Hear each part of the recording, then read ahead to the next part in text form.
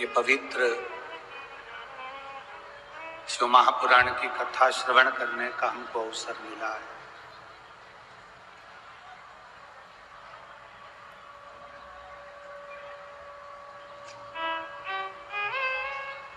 जो शिव तत्व को प्राप्त करने वाला होता है, जो भगवान शंकर की अविरल भक्ति को अपने भीतर उतारने वाला होता है,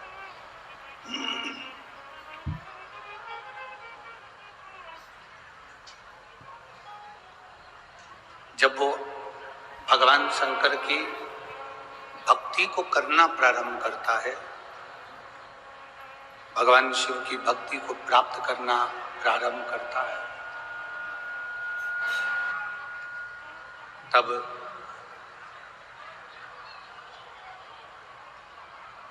उसके जीवन में बहुत संघर्ष आता है, बहुत कष्ट भी आता है, पर शिव की भक्ति करते करते करते करते करते करते भगवान की अविरल भक्ति को धारण करते करते करते वो प्रभु चरणारविंद को प्राप्त कर ही लेता है।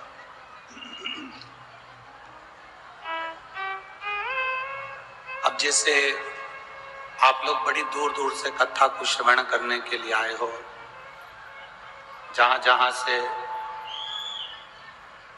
कोई अपने गांव से, नगर से, शहर से भगवान शिव की कथा को सुनने के लिए यहां पहुंचे,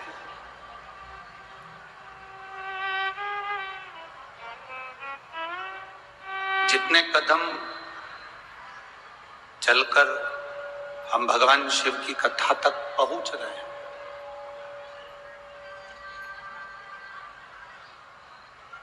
महाभारत में तो एक संवाद आता है।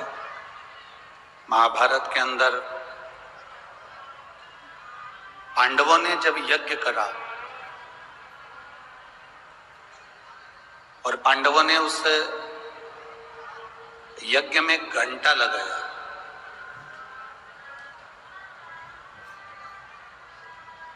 पहले यज्ञ का एक नियम था, यज्ञ का एक क्रम था कि जब विद्वान ब्राह्मण यज्ञ कराते थे तो यज्ञ की जो पूर्ण आहुति होती थी, उस पूर्ण आहुति में जो घंटा लगाया जाता था वो अपने आप बज जाता था।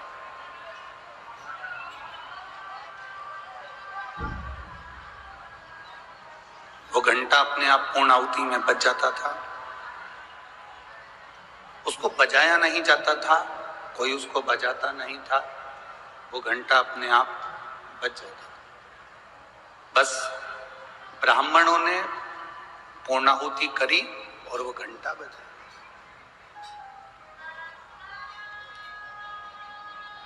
अब पांडवों ने जो यज्ञ करा, पांडवों ने जो यज्ञ करा, उसमें जो घंटा लगा था वो घंटा नहीं बजा। बहुत ध्यान देना कथा की ओर।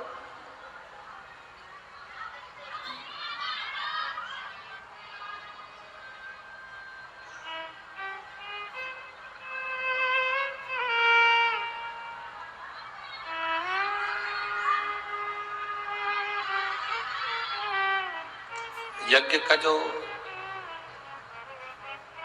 घंटा बंधा हुआ था वो बजा नहीं। अब युधिष्ठिर के मन में एक प्रश्न उठ गया।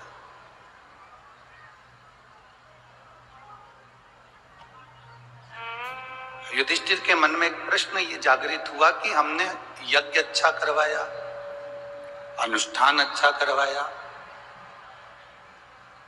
ब्राह्मण, साधु, संत, गुरुजन भी आए, उन्होंने इस यज्ञ का दर्शन भी किया, अनुष्ठान भी पूरा हुआ, पर ये यज्ञ का घंटा क्यों नहीं बजता? कारण क्या है? युधिष्ठिर ने अर्जुन को बुलाया, नकुल सहदेव को बुलाया और कहा कि एक काम करो, जरा पता करो, यज्ञाचार्य को बुलाया जाए और यज्ञाचार्य से पूछा जाए कि ये यज्ञ का घंटा आखिर बजता क्यों नहीं, ये यज्ञ का घंटा आखिर बज क्यों नहीं रहा। अर्जुन ब्राह्मण देवता के पास में गए, यज्ञाचार्य के पास में गए और उनसे निवेदन किया कि शास्त्र रीति के अनुसार हमने ये यज्ञ में जो घंटा लगाया है, ये घंटा तो पूर्णाहुति पर बज जाना चाहिए।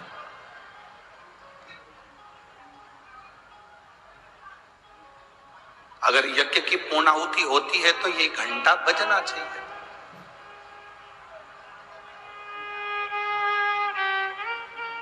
और आज तो गजब की बात है कि पूर्णाहुति हो गई और ये यज्ञ का घंटा नहीं बज रहा। यज्ञाचार्य ने कहा, महाराज जी, हमने तो जो यज्ञ करवाया वो बहुत अच्छा करवाया, हमारी तरफ से जो यज्ञ हुआ है वो यज्ञ में कोई कमी नहीं,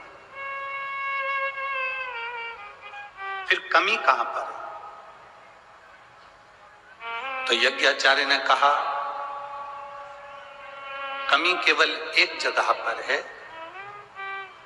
यज्ञ पूर्णाहुति की आपने जो भंडारा प्रसादी रखी है, भोजन जो रखा है, और आपने कह दिया कि भंडारा है, भंडारा है, भंडारा है, भंडारा है, और पूरे नगर में आपने निमंत्रण दे दिया कि भंडारा है, अलाउंस फिरवा दिया, गाड़ी फिरवा दी, सबको निमंत्रण करवा दिया कि भंडारा है। यज्ञाचार्य ने कहा, इसमें एक गलती कहीं ना कहीं हो रही है। यज्ञ दो तरह का होता है, जिसमें सांकल्य दी जाती है, आहुतियां दी जाती है, एक यज्ञ वो है। और दूसरे नंबर का यज्ञ वो है, आपने पूरे नगर में जो भोजन का निमंत्रण दिया, और नगर में जो भोजन का निमंत्रण दिया उसमें से कोई ना कोई एक व्यक्ति, दो व्यक्ति भोजन करने नहीं आए, भंडारे का प्रसाद लेने के लिए नहीं आए, इसलिए ये यज्ञ का घंटा नहीं बजा।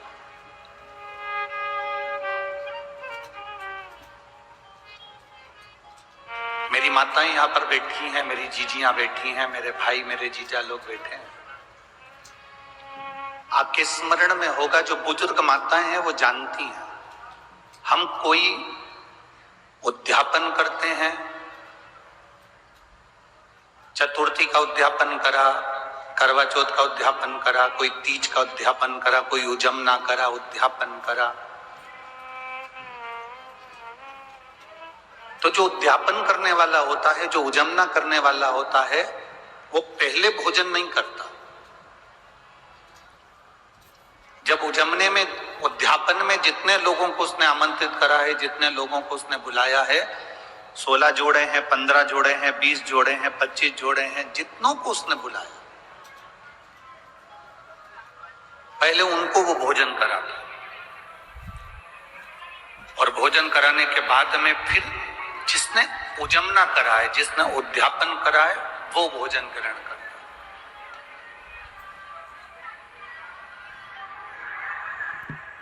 अब यज्ञाचार्य जी ने कहा कि आपने जो घंटा बांधा है वो घंटा तो बज जाता, पर कोई ना कोई भूखा जरूर है, कोई ना कोई भूखा रह गया।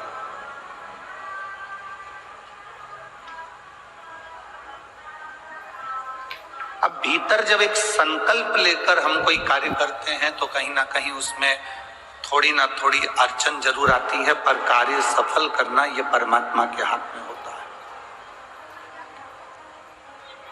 युधिष्ठिर ने अर्जुन से कहा, जरा पता करो कि अपने नगर में कौन भूखा है, भंडारे का भोजन करने के लिए कौन नहीं आया, जरा मालूम करा जाए कि कौन रह गया, पता करो जरा कौन भूखा रह गया। अर्जुन, नकुल, सहदेव, भीम सब गए, सब पता लगा रहे हैं कि भूखा कौन रह गया। एक कुटिया में एक बाबा जी रह रहे थे।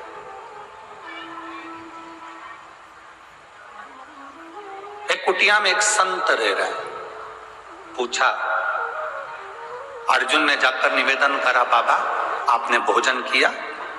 बाबा कहते हैं नहीं।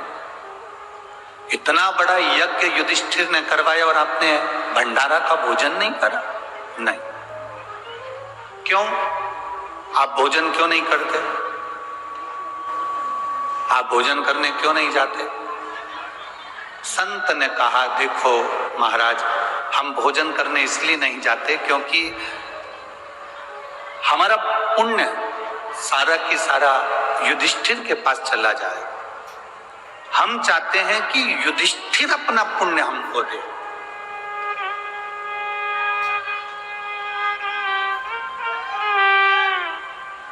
जिसने अपनी जिंदगी में 1000 अश्वमेध यज्ञ करे हों, हम उसके घर में भोजन कर सकते। जिसने अपनी जिंदगी में 1000 अश्वमेध यज्ञ का हमें फल दे दिया हो, हम उसके घर में भोजन कर सकते हैं। हमें भोजन की दक्षिणा नहीं चाहिए, परंतु हमको 1000 अश्वमेध यज्ञ का फल चाहिए।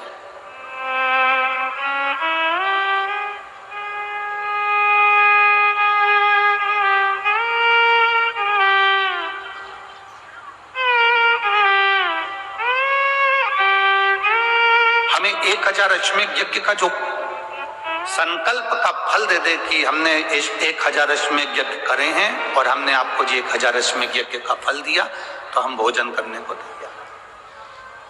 इतने में अर्जुन ने कहा, बाबा हमने हमारी जिंदगी का पहला अश्वमेध यज्ञ करा है, आप इसका फल ले लो। संत ने कहा, नहीं नहीं, हम एक अश्वमेध यज्ञ का फल नहीं ले सकते, हमको तो 108 अश्वमेध यज्ञ का फल चाहिए। अर्जुन की आंखों में जल भर गया। युधिष्ठिर, नकुल, भीम सब स्तुप्त होकर देखते रहे, सब स्तुप्त होकर देख रहे।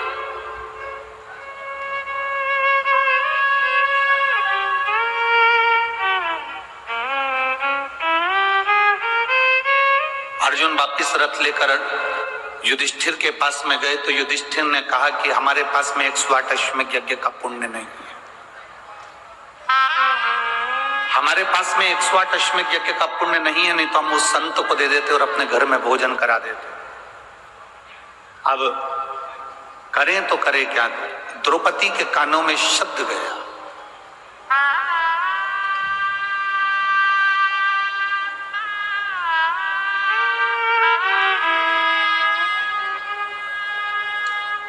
दुनिया के लोग भले स्त्री को, नारी को, दुनिया के लोग भले स्त्री को, नारी को अशुद्ध मानते हो, कह देते हो कि नारी, कई लोग स्त्री के ऊपर, नारी के ऊपर कमेंट्स कर देते हैं, शब्दों की बाण कर देते हैं, शब्दों पर शब्द कर देते हैं। पर शिव महापुराण की कथा कहती है, जब जब व्यक्ति उलझता है, पुरुष जब जब उलझता है, घर के बच्चे जब जब उलझते हैं, परिवार जब जब उलझता है, तब तब घर की नारी, चाहे वो माँ हो, चाहे वो बेटी हो, चाहे वो बहन हो, चाहे वो स्त्री हो, वो सामने आकर खड़ी होती है और कदम से कदम मिलाकर आगे बढ़ा देती है।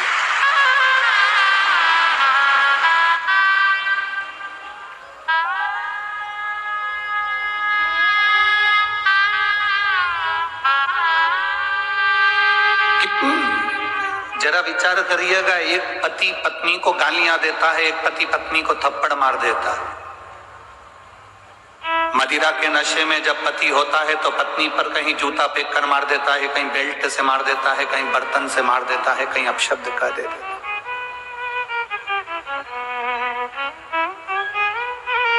उसके बाद पति को अगर तकलीफ हो जाती है, कहीं एक्सीडेंट हो जाता है, कहीं उसका हड्डी टूट जाती है, कहीं वो पीकर गिर जाता है, पड़ जाता है, उसके शरीर में चोट लग जाती है, सेवा कौन करती है?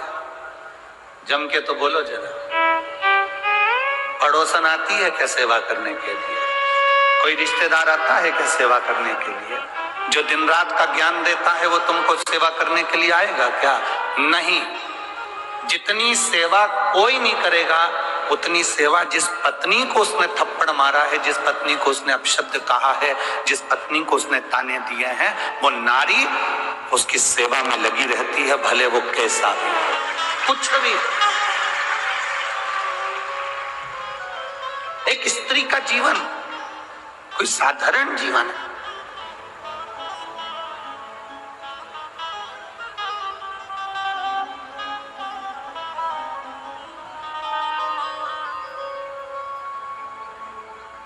दशरथ जी के घर में संतान नहीं हुई।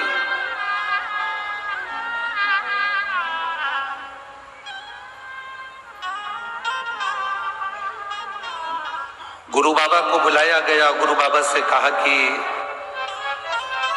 बाबा वशिष्ठ को बुलाकर, गुरु बाबा को बुलाकर कहा गया कि मेरे घर में औलाद नहीं। बाबा ने कहा कोई शिव का भक्त आया और पुत्र कामेष्टि यज्ञ करवाए। कोई शिव का भक्त आए और पुत्र कामेष्टि यज्ञ करवाए तो तुम्हारे घर में औलाद होने में देरी नहीं लगेगी। मेरी 3 धर्म पत्नियां, कौशल्या, केकई, सुमित्रा,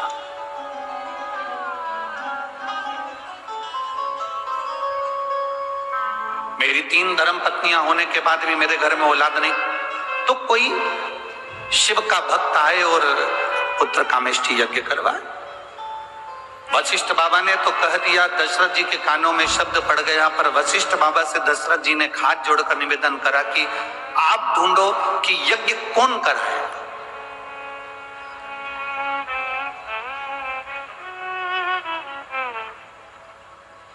यज्ञ कराएगा तो कराएगा कौन?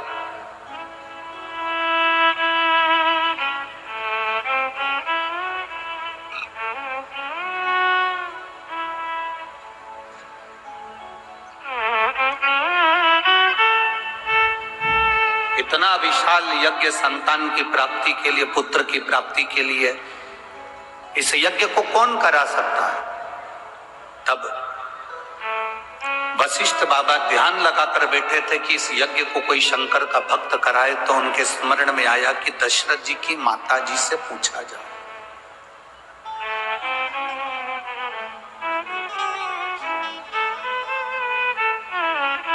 इंदुमती जी से पूछा गया। दशरथ जी की माता जी से पूछा गया। वशिष्ठ बाबा ने उनसे पूछा, यज्ञ ऐसा ब्राह्मण हो बताओ जो शंकर की भक्ति में डूबा रहता हो, शिव तत्व में डूबा रहता हो, क्योंकि ये पुत्र कामेष्टि यज्ञ, संतान की प्राप्ति का यज्ञ केवल एक कर सकता है और वो शंकर का कोई भक्त कर सकता है।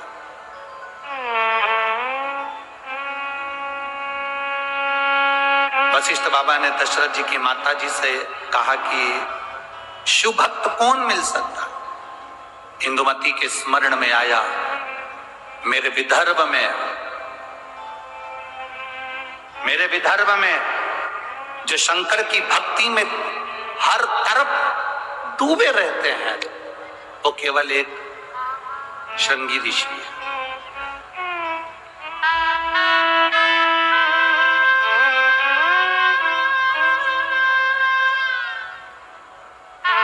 स्कंद पुराण के कभी स्मरण में विदर्भ को पढ़ना,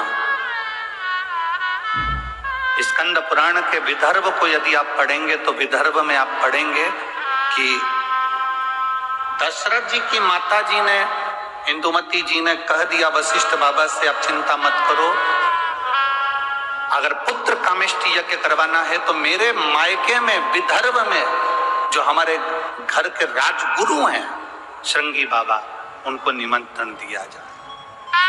एक स्त्री मार्गदर्शक बन जाती है, एक स्त्री मार्ग बताने वाली हो जाती है, उनको बुलाया जाए। ये अमरावती की धरा से स्कंद पुराण कहती है, विदर्भ का वर्णन करते हुए कहती है, अमरावती से चांदूर बाजार की ओर जब हम जाते हैं तो वहां वन पर्व में वन क्षेत्र के अंतर्गत श्रृंगी बाबा का एक स्थान है जिसको तपवनेश्वर कहते हैं।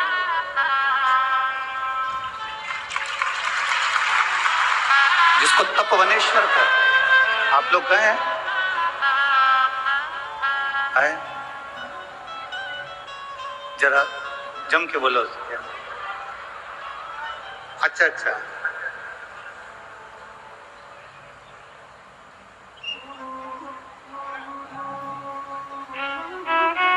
हमारे विधायक जी और सांसद जी कह रहे हैं क्षेत्र के अंतर्गत है तपवनेश्वर। आप लोगों में से कितने लोग हैं?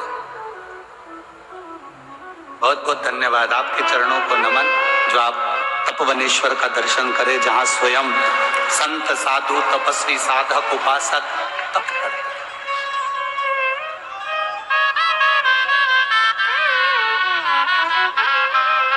तपवनेश्वर जहां पर शृंगी बाबा बैठकर तप साधना में लीन थे, तप में लीन।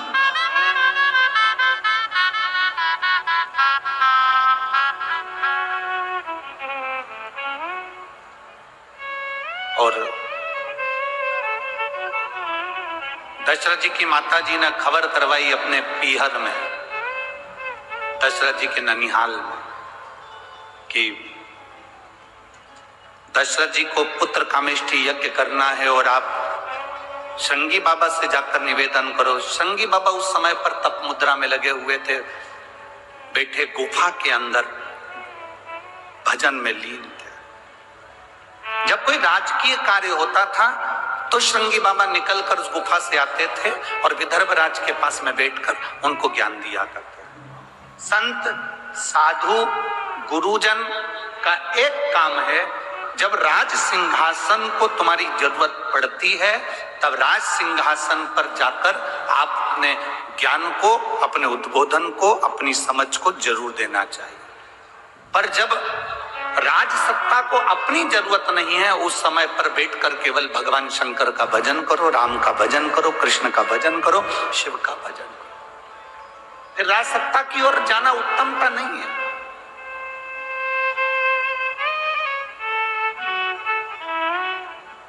अब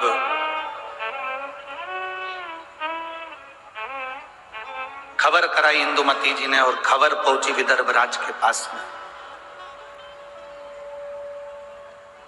सुंदर कौंडन्यपुर में खबर जाती है और वहां पर खबर मिलते ही विदर्भ राज ने जाकर निवेदन करा शृंगी बाबा से, मेरी बहन का बेटा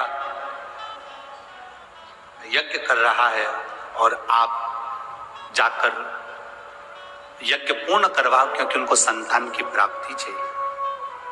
शृंगी बाबा ने कहा कि पुत्र प्राप्ति के लिए, संतान प्राप्ति के लिए और मैं जाऊं, मुझे ही क्यों आमंत्रित करा? तो शिव महापुराण की कथा कहती है,